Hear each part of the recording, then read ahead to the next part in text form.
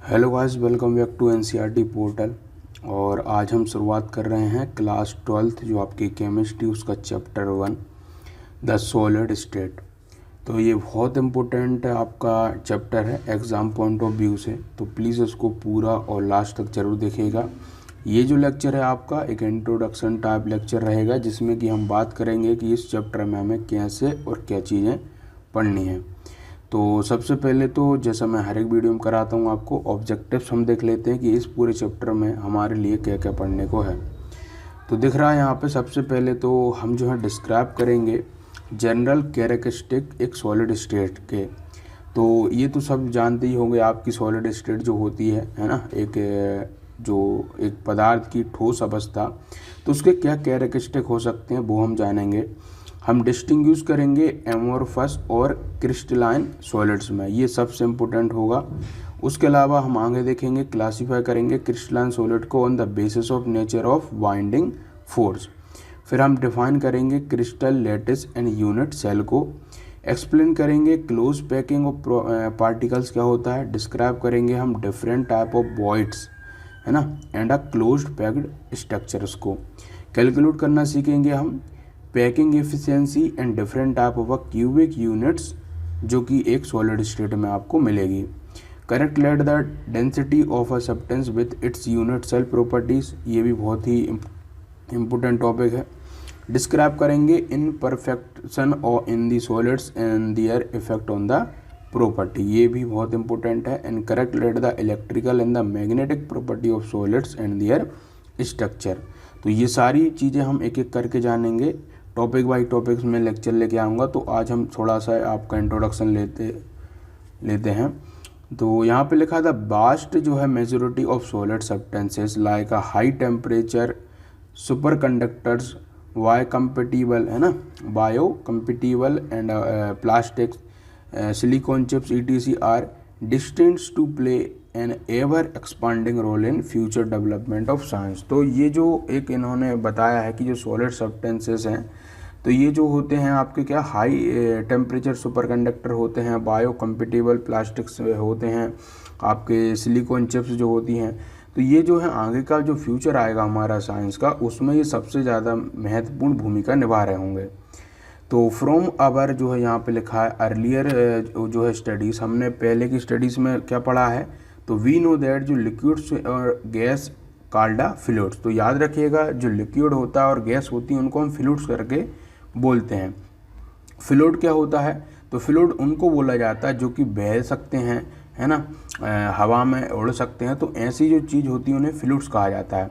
तो फ्लूइड्स जो होते हैं because of their ability to flow, the fluidity in both of these states is due to the fact that the molecules are free to move about. ये बहुत important line है, याद रखिएगा इसको, कि इनकी क्या है एक प्रॉपर्टी होती है, इनके अंदर जो मॉलिक्यूल्स रहते हैं, जो भी आप फ्लूइड्स देखोगे, चाहे वो एयर हो, चाहे वो एक पानी हो, लिक्विड हो, कोई भी चीज़ हो, तो उसमें जो उनके मॉलिक्यूल्स के बीच की थोड़ी सी दूरी रहती है जिससे कि वो फ्री टू मूव हो सकते हैं। ऑन द कंट्ररी, मतलब किसके ही विपरीत में, जो कंस्टिट्यूएंट पार्टिकल होते हैं सॉलिड में आपके, वो कैसे होते हैं, फिक्स्ड होते हैं अपनी पोजीशन पे और कैन ओनली ऑसिलेट्स कर सकते हैं वो, है ना, अबाउट दियर मीन पोजीशन। तो हमने आपको देखिए ऑसिलेशन और ये सब कुछ आपका क्लास 11th में बहुत अच्छे से आप समझ चुके होंगे ऑसिलेशन क्या होता है। तो यहाँ पे आप समझिए कि जो सॉलिड होता है, मैं पहले तो स्ट्रक्चर बना के बताता हूँ। देखिए ये आपका सॉलिड है, यहाँ पे इसके ये मॉलिक्यूल्स हैं। तो मॉलिक्यूल्स के बीच में क्या रहेगा, गैप बहुत कम रहेगा और ये बिल्कुल कंस्टिट्यूट एक दूसरे से जुड़े हुए होंगे, जो पार्टिकल आपको दिख रहे हैं। और ये जो रहेंगे अपनी अपनी पोजीशन पे क्या कर पाएंगे, एक ऑसिलेशन कर पाएंगे, मतलब कि टू एंड फ्रो मोशन कर पाएंगे बस। इसके अलावा ये मूव नहीं कर सकते हैं। तो इसलिए जो सॉलिड आपको देखने को मिलेगा वो फ्लो नहीं कर पाता है, याद रखिएगा इस बात को। आगे क्या लिखा है कि आपका this explain the rigidity in solid. तो रिजिडिटी आप सब जानते हो, एक जो आपकी ठोस होने की एक सबसे बहुत ही इंपॉर्टेंट प्रॉपर्टी होती है, वो होती है रिजिडिटी। तो ये सॉलिड में पाई जाती है। दिस प्रॉपर्टी डिपेंड अपॉन करती है nature of the constitute particles and the binding force operating between them.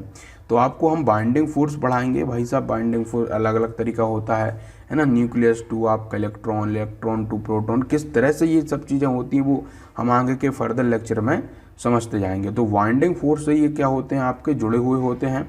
The correct आपका क्या लिखा है यहाँ पे, correlation between structure and the property help in the discovery of new solid material which desired properties। तो यहाँ पे लिखा है कि इन सब की एक जो है अलग अलग प्रॉपर्टीज होती हैं। For example carbon nanotubes है ना, carbon nanotubes are a new material है हमारा दैट हैव जो है potential to provide a material that are tougher than steel. याद रखेगा, अभी तक हम ये समझते थे कि स्टील जो होता है बहुत ही आपका रिजिड होता है आपका, इसके अलावा वो जो है टफ मटेरियल है, लेकिन कार्बन नैनो ट्यूब आपका एक न्यू मटेरियल आ चुका है जो कि स्टील की तुलना में ज़्यादा जो है कैसा है, टफ है, लाइटर भी है, मतलब हल्का भी रहेगा इससे, देन एल्युमिनियम से। देखो स्टील से टफ है, एल्युमिनियम की तुलना में हल्का है, and have a more conductive property than the copper. Copper की तुलना में है ना कैसा है, ये ज़्यादा कंडक्टिव प्रॉपर्टी दिखाता है, मतलब कि इलेक्ट्रिसिटी को या हीट को जल्दी से ट्रांसमिट कर देता है, कंडक्ट कर देता है। तो ये क्या है आपका कार्बन नैनो ट्यूब है। सच मटेरियल्स में play an expanding role in future development of science and society. तो ये जो चीज़ें आप डिस्कवरी होती जा रही है, जैसे कार्बन नैनो ट्यूब की हुई और इसी तरीके से और भी बहुत सारे इन्वेंशन हो रहे हैं, तो ये हमारा डेवलपमेंट कर रहे हैं सोसाइटी में साइंस का।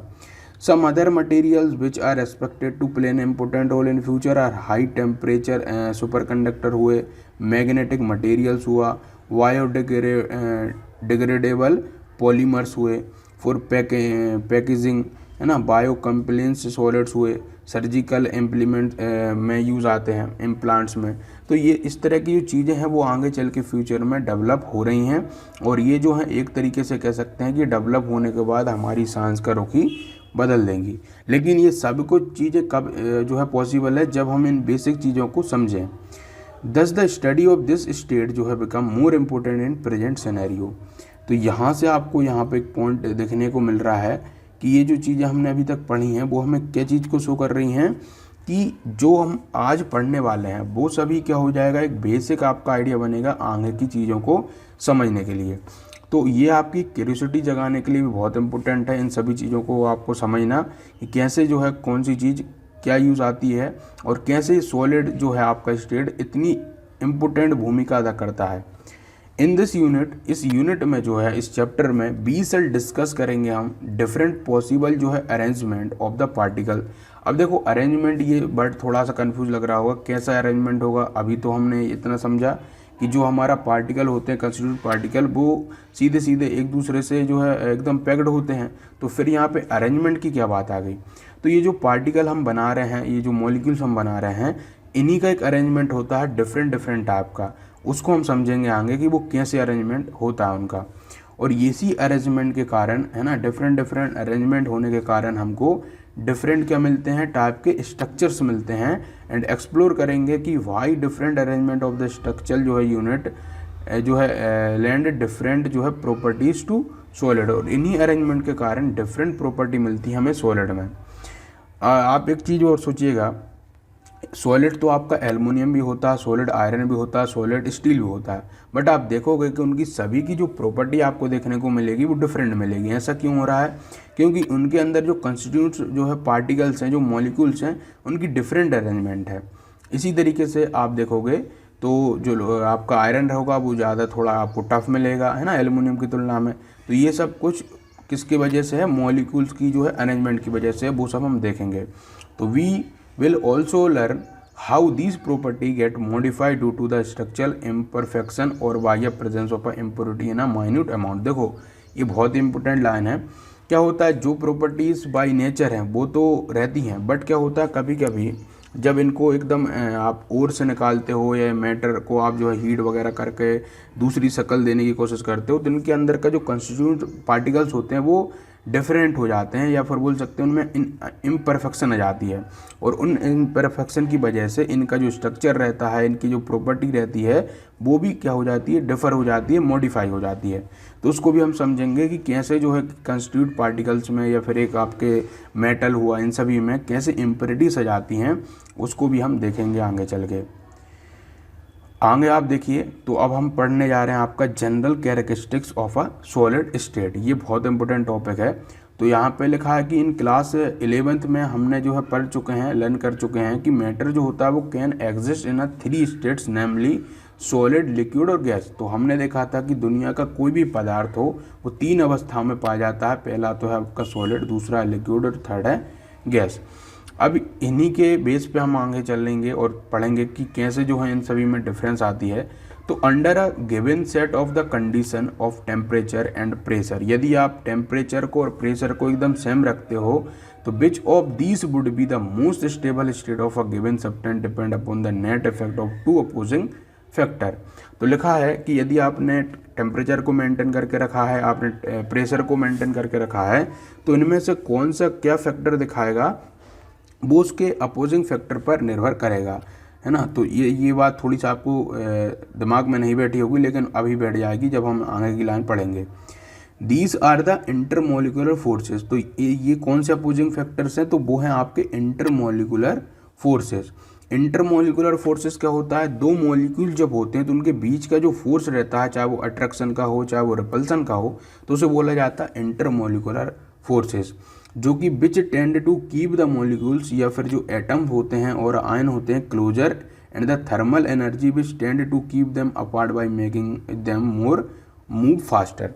तो लिखा है कि ये जो इंटरमोलिकुलर फोर्सेस हैं वो क्या करते हैं, मॉलिक्यूल्स को, चाहे वो आपका एटम्स या फिर आयंस का बना हुआ हो, उसको वो क्लोजर करते हैं, और जो थर्मल एनर्जी होती है आपकी which tend to keep them apart by making a move faster. तो इस तरीके से ये सब उसमें होता है। एट अ सब्सिक्वेंटली जो लो टेम्परेचर होता है आपका, the thermal energy is low and the intermolecular forces bring them so close that they cling to one another and occupy a fix position. तो ये आपको समझना पड़ेगा। अभी थोड़ा सा डाउट में जा रहे होंगे कि ये सब कैसे क्या हो रहा है। तो ये सब अरेंजमेंट हो रही है ना, कि कैसे जो है पार्टिकल जो है अंदर के जो मॉलिक्यूल्स हैं वो अपनी अरेंजमेंट बनाते हैं। तो ये सब कैसे डन हो रहा है, इंटरमोलिकुलर फोर्सेस की वजह से, उसकी जो थर्मल एनर्जी उसकी वजह से, है ना, और टेम्परेचर भी इसमें बहुत भूमिका निभाता है। तो इस तरीके से क्या होता है वहाँ पे, इन सभी को वो क्लोज लाता है, और वो जो है क्या हो जाते हैं, एक के ऊपर एक दूसरे के ऊपर वो ऑक्यूपाई कर जाते हैं और एक फिक्स्ड पोजीशन बना लेते हैं। और these can still oscillate about their mean position and the substance exist in a solid state. और ये जो पार्टिकल्स हैं फिर वो एक के ऊपर एक, मैं फॉर एग्जांपल के लिए बताता हूँ, जैसे कि ये मॉलिक्यूल्स है तो इसके ऊपर एक और मॉलिक्यूल्स आ गया, ये एक और आ गया है, इसके साइड में एक मॉलिक्यूल्स है, यहाँ पे एक मॉलिक्यूल्स है, और इस तरीके से ये मॉलिक्यूल्स आपस में जोड़ कर क्या बना लेंगे, पूरा सॉलिड स्टेट बना लेंगे। इतना हमें क्लियर होता है। लेकिन फिर भी इनके बीच की जो थर्मल एनर्जी वगैरह है वो क्या कराती है, इनको आपस में ऑसिलेट कराती रहती है अपनी मीन पोजीशन पे। मतलब कि अपनी पोजीशन से तो नहीं हटेंगे, लेकिन वहीं पे थोड़ा वाइब्रेशन टाइप का करते रहेंगे। The following are the characteristic property of the solid state. तो अब ये चीज़ें आप याद रख लीजिए, ये प्रॉपर्टी आपको याद रखनी पड़ेंगी।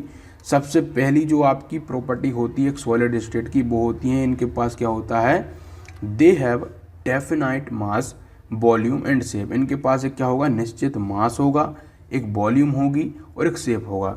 ये कैसे होता है देखिए, जैसे कि फॉर एग्जांपल हम क्या ले लेते हैं, एक टुकड़ा है कोई भी, आप समझ लीजिए आयरन से बना हुआ है, तो उसका क्या होगा, एक निश्चित शेप होगा, और उसके अलावा उसकी एक वॉल्यूम होगी, है ना, और उसका कुछ मास होगा। तो इस तरीके से क्या हो जाएगा, वहाँ पे उसकी एक डेफिनेट ये प्रॉपर्टी है। उसके अलावा सेकंड जो होगा आपको, वो इंटरमोलिकुलर डिस्टेंस इनकी शॉर्ट होगी। इंटरमोलिकुलर डिस्टेंस का मतलब होता है कि जो 2 मॉलिक्यूल्स आपके होंगे तो उनके बीच की जो दूरी रहेगी वो बहुत ही कम रहेगी। थर्ड जो प्रॉपर्टी है, इंटरमोलिकुलर फोर्सेस जो होगा उनके बीच का वो स्ट्रॉन्ग होगा। मतलब कि 2 मॉलिक्यूल्स के बीच में जो फोर्स लग रहा होगा आकर्षण का वो ज़्यादा होगा, स्ट्रॉन्ग होगा। फोर्थ प्रॉपर्टी है कि देयर कंस्टिट्यूट पार्टिकल, जैसे कि आप एटम की बात करिए, मॉलिक्यूल्स की या फिर आयंस की, have a fixed position and can only oscillate about their mean position. तो क्या लिखा है कि इनके जो कंस्टिट्यूट पार्टिकल्स होते हैं, जैसे आप एटम, मॉलिक्यूल्स और आयंस की बात कर रहे हो, उनके बीच की जो पोजीशन रहेगी वो फिक्स्ड होगी, और वो जो है अपनी ही दूरी पर या फिर अपनी मीन पोजीशन पर ऑसिलेट करेंगे। फिफ्थ इनकी प्रॉपर्टी आपको देखने को मिलेगी कि they are incompressible and rigid. तो ये तो आप करके भी देख सकते हो। आप जो है क्या करिए, एक आयरन की छड़ लीजिए और उसको दबाने की कोशिश करिए, आपसे बिल्कुल नहीं दबने वाली, क्योंकि ये क्या है, इनकम्प्रेसिबल है, मतलब कि वो जो है आसानी से उसको हम ऐसे दबा नहीं सकते हैं, उसको प्रेस करके जो है क्या नहीं कर सकते, उसका शेप ऐसे नहीं बदल सकते हैं। उसके अलावा वो रिजिड भी होती है। अब रिजिड जो वर्ड है कई बच्चों को कंफ्यूज करता है। देखिए मैं बताता हूँ रिजिड क्या है। रिजिड मतलब ये होता है कि उसको जो है हम जब तक हीट वगैरह ना करें, टेम्परेचर वगैरह को चेंज ना करें, है ना, उसको बहुत ज़्यादा जो है प्रेशर वगैरह ना दें, तो वो अपना जो शेप रहता है, जो अपना स्ट्रक्चर रहता है, उसको नहीं खोता है। तो इसी चीज़ को बोलते हैं रिजिडिटी, है ना। तो कौन रिजिड होता है आपका, तो ये जितने भी आपके आपके मेटल पाए जाते हैं, जो चाहे वो सॉलिड स्टेट में हो या फिर और जो भी जो आपकी ठोस अवस्था है, वो सब कैसे होते हैं, इनकम्प्रेसिबल होते हैं, रिजिड होते हैं। आगे हम पढ़ते हैं, ये और इम्पोर्टेंट टॉपिक है आपका amorphous and crystalline solids. Amorphous and crystalline solid अपने आप में बहुत ही अच्छा टॉपिक है ये। और इसमें जो है हम एक चीज़ समझेंगे कि जो सॉलिड होता है उसमें भी दो चीज़ें पाई जाती हैं, एमोरफस एंड क्रिस्टलाइन। अब एमोरफस और क्रिस्टलाइन क्या होता है, फॉर एग्जांपल जैसे हम बात करते हैं कांच जो होता है, ग्लास। तो ग्लास जो है आपका वो क्या रहेगा, आपका एक अलग प्रॉपर्टी शो कर रहा होगा। वहीं पे एक मैं आपको मार्बल दे दूं, है ना, या फिर एक स्टोन दे दूं, तो उस वो अपनी एक अलग प्रॉपर्टी शो कर रहा होगा। वहीं पे कोई मैं आपको एक लोहे या फिर आयरन का टुकड़ा दे देता हूँ, वो अपनी अलग प्रॉपर्टी शो कर रहा होगा। तो इन सभी को क्लासीफाई करा जाता है एमोरफस और क्रिस्टलाइन में। अब एमोरफस और क्रिस्टलाइन में कैसे क्लासीफाई होता है उसको मैं समझाता हूँ। तो फर्स्ट ऑफ ऑल यहाँ पे देखिए, solids can be classified as a crystalline or a amorphous on the basis of the nature of order present in the arrangement of their constituent particles। तो देखो यहाँ पे एक चीज़ तो आपको समझने को मिल रही होगी कि इनकी nature of order present in the arrangement, मतलब कि कैसी इनकी अरेंजमेंट है उसके बेस पर इनका क्लासिफिकेशन हो रहा है। तो यहाँ पे देखो अभी थोड़ा थोड़ा सा आपको कच्चा पक्का समझ आएगा, क्योंकि अभी आपने अरेंजमेंट और ये सब कुछ नहीं पढ़ा है।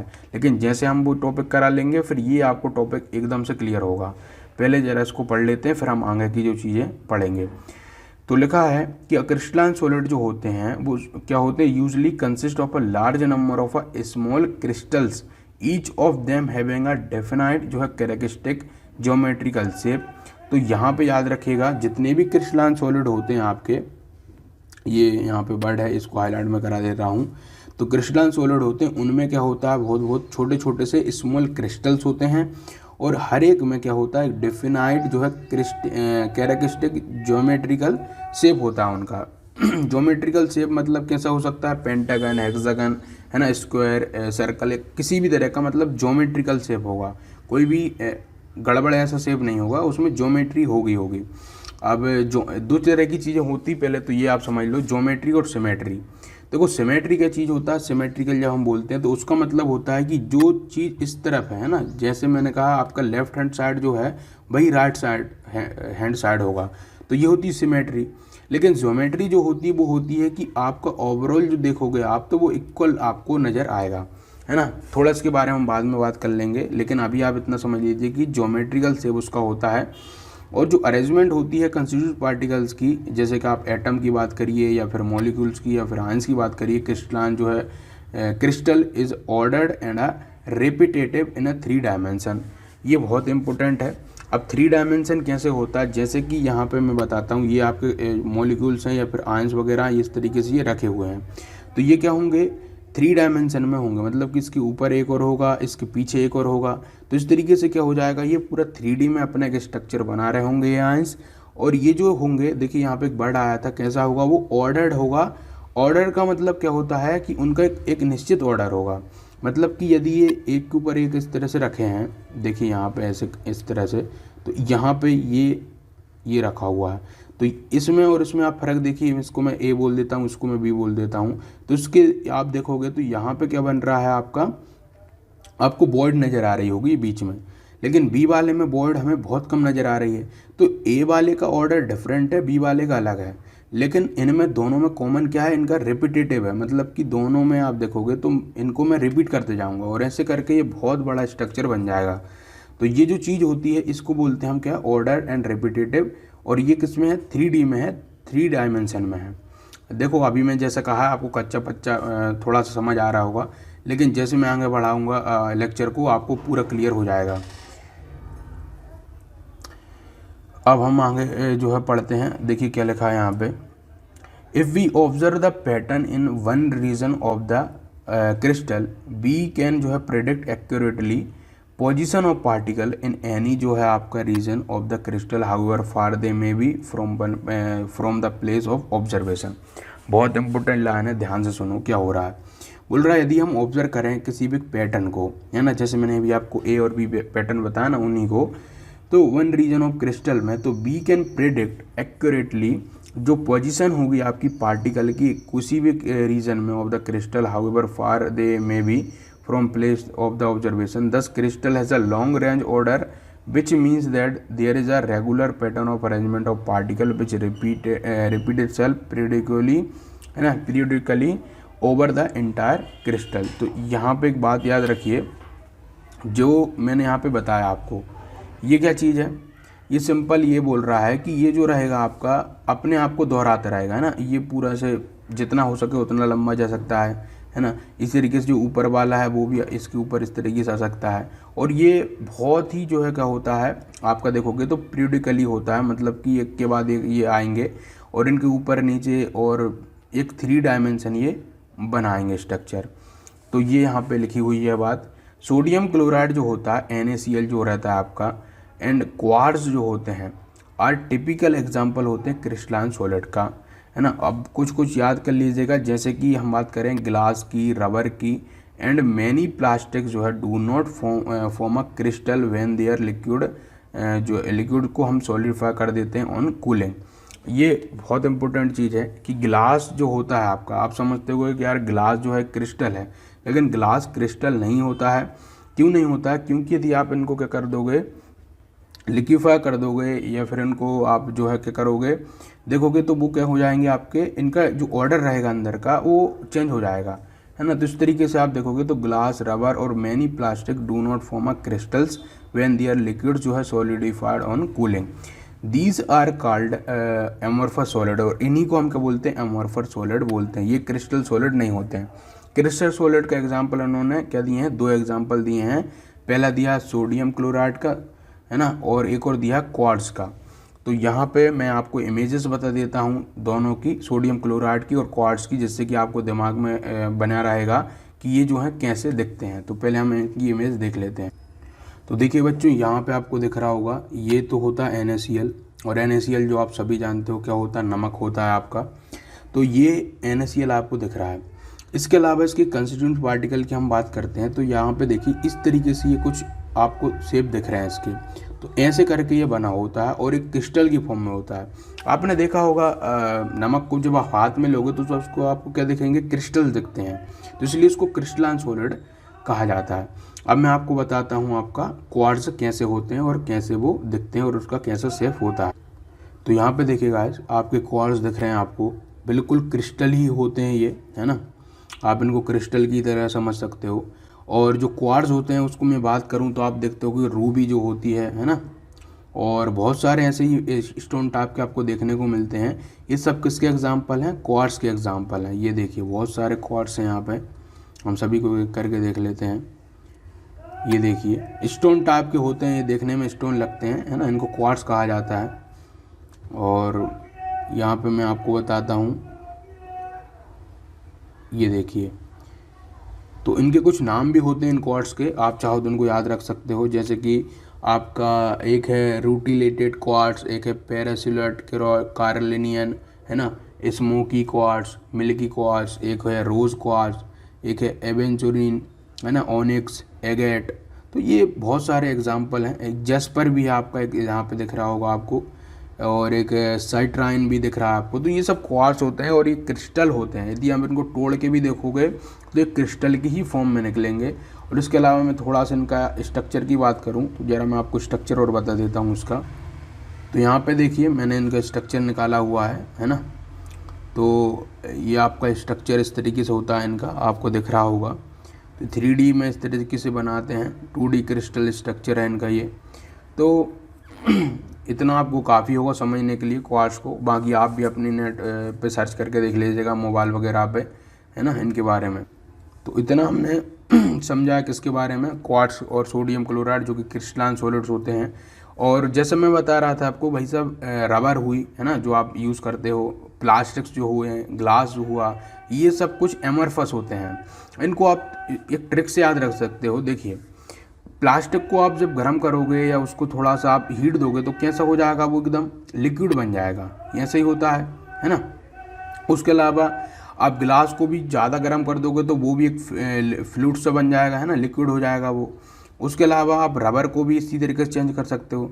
तो आप देखोगे कि एमरफस सॉलिड जो होते हैं वो ईजिली लिक्विफाई हो जाते हैं, या कह सकते हैं उनको लिक्विड करने पे भी हमें क्रिस्टल नहीं दिखता है, या उनको सॉलिडिफाई कर दोगे तो भी हमें क्रिस्टल नहीं दिखते हैं। तो इस तरीके से ये जो सब चीज़ें हैं वो एमरफस की कैटेगरी में आती है। लेकिन एमरफस को हम सिर्फ इन दो चीज़ों से नहीं समझ सकते, इसका स्ट्रक्चर भी हमें समझना पड़ेगा, तब हमें पूरा क्लियर होगा एमरफस एक्चुअल में होते क्या हैं। तो देखिए, मैं बात कर रहा था, तो द टर्म एमरफस जो आया है वो ग्रीक वर्ड से आया है ना। और इसका क्या मतलब होता है, एमरफोस जो है ग्रीक वर्ड है, उसका मीन होता है नो फॉर्म, मतलब कि इनका कोई फॉर्म ही नहीं होता है, पहली बात। द अरेंजमेंट होता है कंस्टिट्यूट पार्टिकल्स जो है आपका एटम, मॉलिक्यूल्स या आयंस का, in such solid is only short range order होता है। शॉर्ट रेंज का क्या मीन होता है, तो देखो शॉर्ट रेंज मतलब होता है कि ये कोई लंबा ऑर्डर नहीं बना पाते। जैसे कि अभी मैंने आपको बताया था कि वो एक रिपीटेटिव ऑर्डर बनाते हुए चले जा रहे थे, इस तरीके से ये ऑर्डर बन रहा था। लेकिन इनमें ऐसा कुछ नहीं होता है, एक थोड़ा सा कुछ बनाएंगे, उसके बाद इनका कुछ चेंज हो जाएगा, बनना जो शेप होगा। तो इस तरीके से इनका जो है क्या होता है, शॉर्ट रेंज ऑर्डर होता है। इन सच एन अरेंजमेंट, और ऐसी अरेंजमेंट में जो रेगुलर एंड जो है पीरियडिकली जो रिपीटेड पैटर्न होते हैं वो ऑब्जर्व होते हैं over a short distance only. जैसे साइड में आपको कुछ इमेजेस दिख रही हैं, ये देखिए, 2 डायमेंशनल स्ट्रक्चर ऑफ आपका जो है, ये तो शायद क्वार्ट्स का है ना, क्वार्ट्स ग्लास का है ये आपका। तो इनका शॉर्ट डिस्टेंस रहता है। रेगुलर पैटर्न्स आर स्केटर्ड, तो regular patterns are scattered in between the arrangement is disorder, है ना, डिसऑर्डर होती है। The structures of the quartz जो कि crystalline and the quartz glass amorphous are shown in figure, आपको दिख रहा है। देखो, ये सबसे इम्पोर्टेंट चीज़ है कि एक होता है क्या, क्वार्ट्स जो कि होता है कौन सा, क्रिस्टलाइन, और एक होता है क्वार्ट्स ग्लास जो कि एमोर्फस है। तो इन दोनों में जो है सब कंफ्यूज हो जाते हैं। पहले देखिए आप जरा, यहाँ पे आप देखोगे जो ए वाला है वो किसका है, क्वार्ट्स का एग्जाम्पल है जो कि क्रिस्टलाइन है। दूसरा क्वार्ट्स जो है एक ग्लास का एग्जाम्पल है जो कि एमोर्फस है। अब आप दोनों में देखोगे किस में आपको एक डेफिनेट स्ट्रक्चर या फिर एक ऑर्डर जो है दिख रहा है, एक लॉन्ग रेंज दिख रहा है, तो आप सीधे देखोगे तो इसमें हमें देखने को मिल रहा है, इसको हमने क्रिस्टलाइन की श्रेणी दी है। लेकिन वहीं पे क्वार्ट्ज ग्लास को आप देखोगे तो कहीं तो कुछ जो है बड़ा सा शेप बन रहा है, कहीं कोई छोटा बन रहा है ना, और इनका कोई डेफिनेट हमें कुछ मिल ही नहीं रहा है स्ट्रक्चर। तो इस तरीके से इनका स्ट्रक्चर डिफरेंट है, किसके कंपेरिजन में, आपका क्वार्ट्ज के कंपेरिजन में जो कि क्रिस्टलाइन है। तो जो आपके रेगुलर पैटर्न्स आपके स्केटर्ड होते हैं ना बिटवीन द अरेंजमेंट डिसऑर्डर होता है। जो स्ट्रक्चर होता है क्वार्ट्ज, क्रिस्टलाइन एंड क्वार्ट्ज जो है आपका ग्लास का एमोर्फन जो कि फिगर 1.1 का ए एंड बी में दिख रहा है आपको। While the two structure are almost identical है, at in case of amorphous जो है आपका quartz glass there is a no long range order. The structure जो होता है आपका किसका है ना, एमोर्फस का, एमोर्फस सॉलिड का, वो सिमिलर होता है किसके, लिक्विड के। तो इसीलिए मैंने आपसे कहा कि जो एमोर्फस जो होते हैं आपके वो लिक्विड के संग ज़्यादा रिसेंबल करते हैं। Due to the difference in the arrangement of the constitute particle the two type of the solid differ in their property. तो इन कारणों की वजह से ही ये दोनों अपने आप में क्या होते हैं, डिफर होते हैं। आगे देखिए जरा और चीज़ें भी लिखी हुई हैं, उनको पढ़ लेते हैं। क्रिस्टलाइन सॉलिड जो होते हैं आपके have a sharp melting point, याद रखिएगा शार्प मेल्टिंग पॉइंट होता है इनका। एट अ कैरेक्टरिस्टिक जो है temperature they melt abruptly and became liquid. और ये जो रहते हैं बहुत ज़्यादा टेम्परेचर आप दोगे तो जाके आपके लिक्विड में कन्वर्ट होते हैं। On the other hand amorphous solid जो होते हैं वो सॉफ्टन होते हैं, मेल्ट हो जाते हैं आपके, start flowing over a range of the temperature यदि आप देने लगोगे उनको, और can be moulded and blown into various shapes. तो आपने देखा होगा जो कांच होता है उसको हम कई शेप में बना सकते हैं ना, क्योंकि उसको जो है आप मेल्ट कर लोगे और उसको जो मन चाहो आप उसको शेप दे सकते हो, मोल्ड कर सकते हो। तो ये एमोर्फस सॉलिड को आप इजीली कर पाते हो, लेकिन क्रिस्टलाइन सॉलिड नहीं हो पाते हैं। यदि आप ऐसा करने की कोशिश करोगे तो वो क्या हो जाएंगे, टूट जाएंगे या टुकड़े टुकड़े में बढ़ जाते हैं। एमोर्फस सॉलिड जो होते हैं बस सेम जो है स्ट्रक्चरल फीचर ऐसा लिक्विड की तरह होता है। ये सब बात जो हाईलाइट में करा रहा हूँ अपनी बुक में हाईलाइट कर लीजिएगा, सब इम्पोर्टेंट है। एंड आर कन्वीनियंटली जो होते हैं आपके regarded as a extremely viscous liquid, इनको हम एक्सट्रीमली क्या बोलते हैं, विस्कस लिक्विड की श्रेणी में डाल देते हैं। They may become crystalline at a some temperature, लेकिन कुछ टेम्परेचर पे जाके क्रिस्टलाइन बनते हैं, लेकिन उतनी जो है अच्छे से क्रिस्टलाइन नहीं बन पाते हैं। Some glass objects from the ancient civilisation are found to become a milky in appearance because of some crystallisation, है ना। ये बहुत इंपॉर्टेंट चीज़ है ना। इसको हम आगे जाके समझेंगे कि यार क्रिस्टलाइजेशन होता कैसे है ना। अभी तक आपने देखा क्रिस्टल जो है कैसे क्या होते हैं, इनकी प्रॉपर्टी क्या होती है, लेकिन क्रिस्टलाइजेशन एक तरीका एक फॉर्मेशन होता है उसमें कि कोई एक लिक्विड जो रहता है वो क्रिस्टल बनता है, तो वो हम आगे देखेंगे। तो लाइक लिक्विड एमोर्फस सॉलिड जो होते हैं वह टेंडेंसी टू फ्लो होती है, दो जो है वेरी स्लोली, है ना, लेकिन ये थोड़ा स्लोली फ्लो करते हैं, लेकिन लिक्विड की तरह ही फ्लो करते हैं। Therefore sometime these called a pseudo solids और अ सुपर कूल्ड लिक्विड, इनको हम स्यूडो सॉलिड्स बोलते हैं।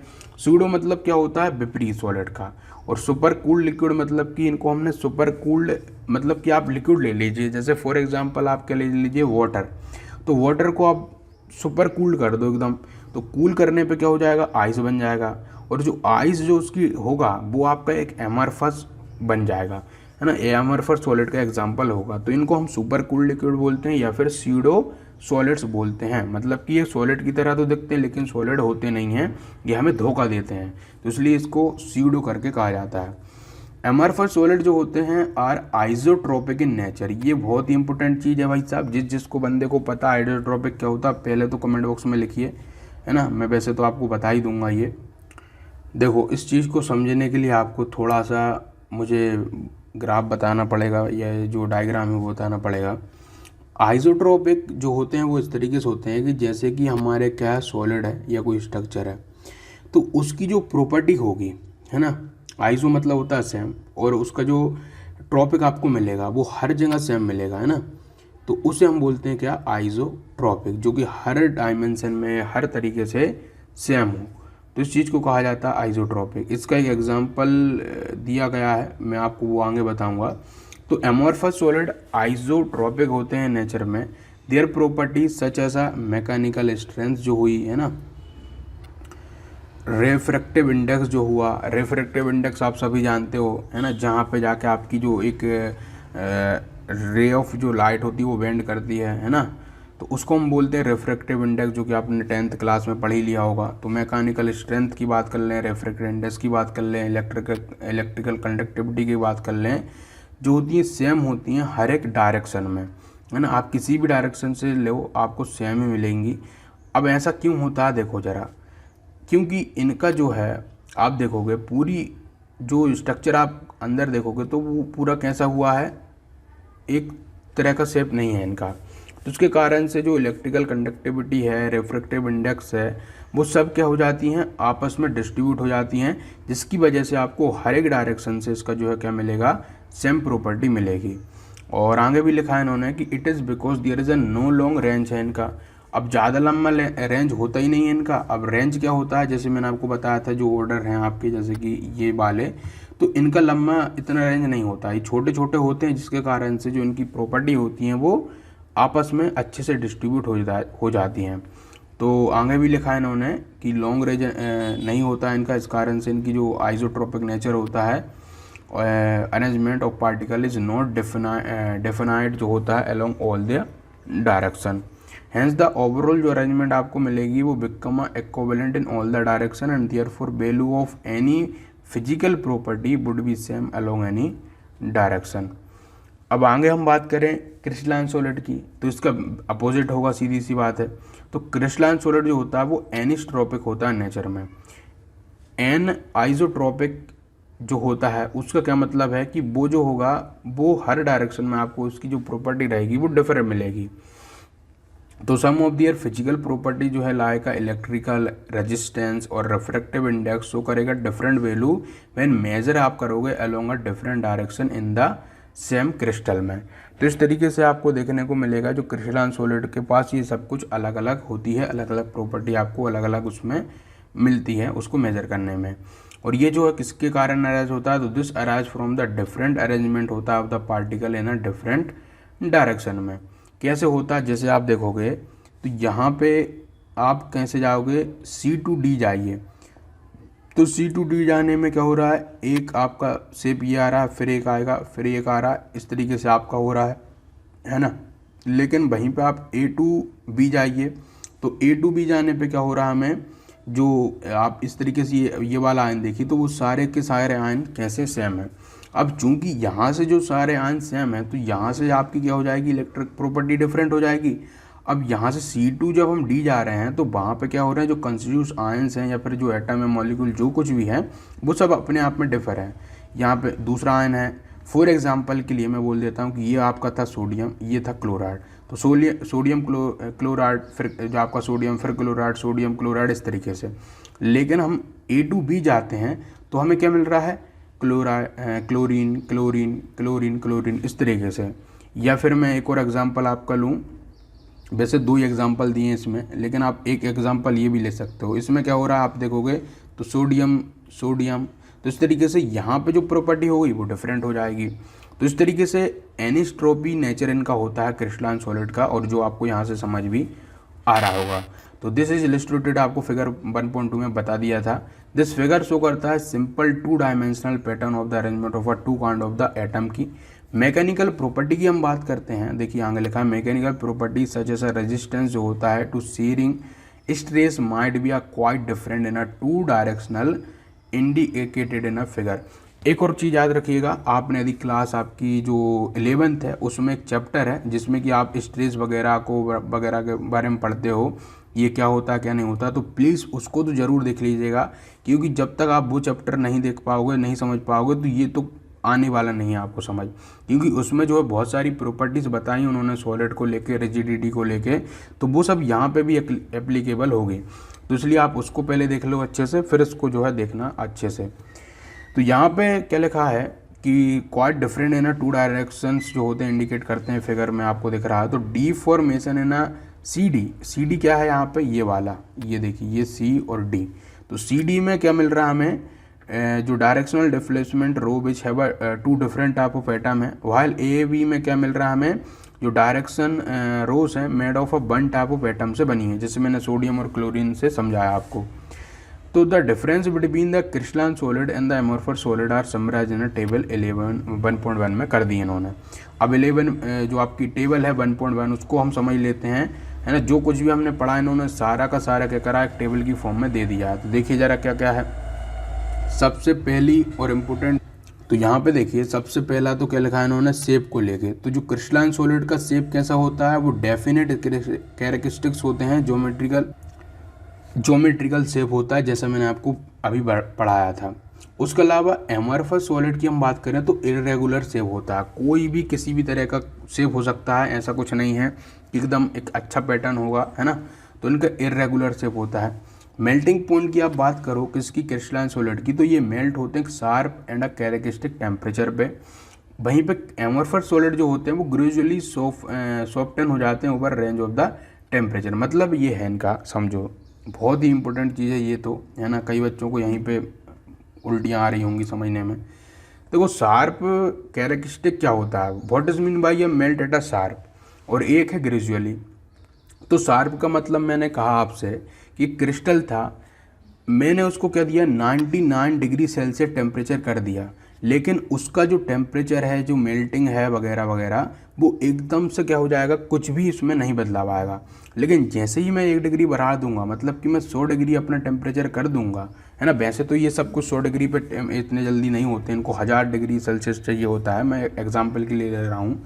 तो 100 डिग्री मैंने कर दिया, तो एकदम शार्प टेम्परेचर जैसे आपने 100 डिग्री किया, उसी समय क्या हो जाएगा, वो मेल्ट होना शुरू हो जाएगा। तो ये कौन सी प्रॉपर्टी बताता है, क्रिस्टलाइन बताता है। लेकिन एमोर्फस ऐसा नहीं बताता है। आप जैसे कि उसको दोगे कितना 50 डिग्री सेल्सियस, कुछ और उसका शेप बदल जाएगा, है ना, मेल्ट होना स्टार्ट हो जाएगा। आपने जैसे कुछ 55 डिग्री सेल्सियस कर दिया और कुछ चेंज होने लगेगा। और ऐसे ऐसे करते करते जितना आप टेम्परेचर बढ़ाओगे उस तरीके से वो जो है डिफरेंट क्या हो जाएगा, उसका नेचर आपको देखने को मिलने लगेगा। और एकदम आपने जो है कुछ और ज़्यादा टेम्परेचर कर दोगे तो वो बॉयल होना स्टार्ट हो जाएगा। तो इस तरीके से जो एमरफस सॉलिड्स होते हैं वो क्या होते हैं, ग्रेजुअली सॉफ्टन होते जाते हैं आप जैसे जैसे टेम्परेचर को बढ़ाते हो या घटाते हो, जो भी करते हो। तो इस तरीके से क्या हो रहा है, इनका शार्प है और इनका ग्रेजुअल है। तो 2 वर्ड याद रखेगा दिमाग में, क्रिस्टलाइन का शार्प मेल्टिंग पॉइंट होता है, बल्कि एमरफस ग्रेजुअली सॉफ्टन होते हैं। क्लीवेज प्रॉपर्टी की बात करी जाए तो जब आप इनको कट करते हो शार्प एज टूल से, तो they split into a 2 piece and the newly generate surface are a plane and a smooth. बहुत अच्छा है इनका तो। लेकिन एमरफस सॉलिड को यदि आपने कट किया एक शार्प एज टूल से, तो they cut into 2 piece with a irregular surface, मतलब कि उनकी जो सरफेस रहेगी वो कोई रेगुलर नहीं रहेगी। अब मैं एक और अच्छा एग्जांपल देता हूँ। जो ग्लास आप देखते हो घर में लगा होगा आपका, शीशा वगैरह, आप उसको कट करके देखिएगा, आप कितनी ही मर्जी उसको सही कट कर लीजिएगा या किसी भी टूल से कर लीजिएगा, उसको आप जब देखोगे ध्यान से तो उसकी जो सरफेस होगी वो कैसी होगी, इर्रेगुलर होगी। उसमें हल्का सा क्या हो जाएगा, कुछ ना कुछ आपको इर्रेगुलरिटी दिख रही होगी, जैसे मैंने आपको यहाँ पे जो शेप बना के बता रहा हूँ उस तरीके की। लेकिन यदि हम बात करें किसकी, क्रिस्टलाइन सॉलिड की, तो उनकी जो आपकी प्रॉपर्टी दिखेगी क्लीवेज प्रॉपर्टी, तो जो कट करने के बाद भी आपको उसकी सरफेस एकदम प्लेन और स्मूथ दिखेगी। अगली बात करते हैं क्रिस्टलाइन सॉलिड की हीट ऑफ फ्यूजन की। तो they have a definite and characteristic enthalpy of fusion होता है इनका, है ना। लेकिन एमरफस सॉलिड की क्या होता है, do not have a definite enthalpy of fusion. देखो अभी ये सब चीज़ें आपके दिमाग से इसलिए बाहर गई होगी एंथैल्पी ऑफ फ्यूजन, क्योंकि आपने पढ़ा नहीं है एंथैल्पी ऑफ फ्यूजन क्या होता है। ये सब अगले लेक्चर में आपके लिए आने वाला है, तो उसमें हम अच्छे समझ जाएंगे कि ये भाई साहब एंथैल्पी ऑफ फ्यूजन क्या होता है। अभी आपको मैं समझाऊंगा, कुछ नहीं समझ आने वाला है, क्योंकि अलग से आपको ये समझना पड़ेगा। हो सकता है आपने क्लास 11th में इनको पढ़ लिया हो, लेकिन थोड़ा आप रिवाज जरूर कर लीजिएगा सारी चीज़ों को। तो इनका एंथैल्पी ऑफ फ्यूजन जो रहता है वो कैसा होता है, डेफिनाइट होता है, लेकिन इनका क्या होता है, एमरफस का डेफिनाइट नहीं होता है। आगे बढ़ लेते हैं। एक और चीज़ दी है एनस्ट्रोपी, बात चीज़ दी है इन्होंने, anisotropy nature order and arrangement of a constitute particle का। तो पहले तो एनस्ट्रोपी देख लीजिए। तो ये जो होते हैं एनस्ट्रोपिक होते हैं नेचर में, जैसे मैंने आपको बताया क्रिस्टलाइन सॉलिड के बारे में कि इनका हर एक डायरेक्शन में अलग अलग प्रॉपर्टी मिलती है, लेकिन एमरफस सॉलिड का हर डायरेक्शन में एक जैसी प्रॉपर्टी मिलती है। Order and arrangement of a constitute particle करें तो इनका लॉन्ग रेंज ऑर्डर होता है किसका, क्रिस्टलाइन सॉलिड का, लेकिन एमरफस का शॉर्ट रेंज ऑर्डर होता है।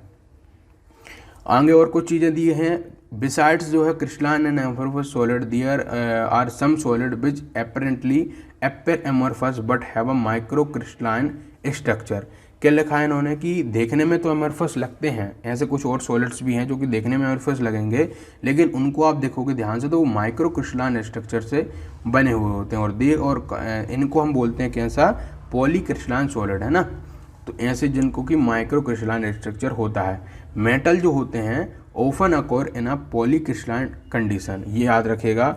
जितने भी मेटल्स हैं आपके वो क्या होते हैं, आपके क्या प्रॉपर्टी शो करते हैं, पॉली क्रिस्टलाइन सॉलिड की प्रॉपर्टी शो करते हैं। Individual crystals are randomly oriented, so a metallic sample में appear to be isotropic even though a single crystal is anisotropic. तो क्या होता है वहाँ पे, देखो जो मेटल होता है वो भी आपको जानते हो सभी एक सी प्रॉपर्टी शो करता है, वो भी आप हीट करोगे तो हीट हो जाएगा, आप जो इलेक्ट्रिसिटी पास कराओगे पास हो जाएगी, लेकिन उसमें आप एक चीज, तो देखिए यहाँ पे जो आपका एक वर्ड आया था आइसोट्रोपिक होते हुए भी ये आपको क्या लिखा है, even though single crystal is एनिस्ट्रोपिक। मतलब ये है इसका कि इसके जो सिंगल क्रिस्टल्स होंगे वो तो एनिस्ट्रोपिक होंगे, लेकिन ये पूरा जो होल बनेगा, है ना, मेटेलिक सैंपल आप जो बनाओगे, ये जो मेटल के अंदर पाया जाएगा वो आइसोट्रोपिक होता है। ये चीज़ यहाँ पे लिखी हुई थी। उसके अलावा एमरफस सॉलिड्स जो होते हैं वो यूज़फुल मटेरियल है हमारे लिए, जैसे ग्लास, रबर, प्लास्टिक्स, है ना, ये हमारे डेली लाइफ में यूज़ आते हैं। एमरफस सिलिकॉन्स जो रहते हैं one of the best photo voltaic आपका मटेरियल है, क्योंकि ये जो है सनलाइट को इलेक्ट्रिसिटी में कन्वर्ट करता है। तो इतना जो है आपको समझ आ चुका होगा जो भी हमने आज पढ़ाया है। अगले लेक्चर में हम बात करेंगे आपकी क्लासिफिकेशन ऑफ क्रिस्टलाइन सॉलिड्स की। तो यहाँ तक हम इस लेक्चर में इतना ही रखेंगे। जो कुछ भी डाउट रहा होगा आपको प्लीज़ कमेंट बॉक्स में कर दीजिएगा मुझे कमेंट, और लाइक और सब्सक्राइब जरूर कर लीजिएगा चैनल को। और जो देखिए क्या है बच्चों, अभी जो लेक्चर हैं वो थोड़े से डिले इसलिए हो रहा है क्योंकि अभी हम इनको क्या कर रहे हैं, खुद ही बनाते हैं, खुद ही अपलोड करते हैं और खुद ही जो है क्या करते हैं, इनको एडिट करते हैं, तो थोड़ा बहुत समय लग जाता है। लेकिन जैसे ही हमारा लेक्चर कंप्लीट होता है हमको आपको जल्दी से जल्दी प्रोवाइड करा देते हैं। तो प्लीज़ जो है चैनल को सब्सक्राइब तो प्लीज़ कर लीजिएगा, क्योंकि क्या है बहुत जल्द हम आपको एक बहुत बड़ा सरप्राइज़ देने वाले हैं, जैसे हमारे 100 के सब्सक्राइबर हो जाएंगे। उस लेक्चर में हम इतना ही रखते हैं। Thank you very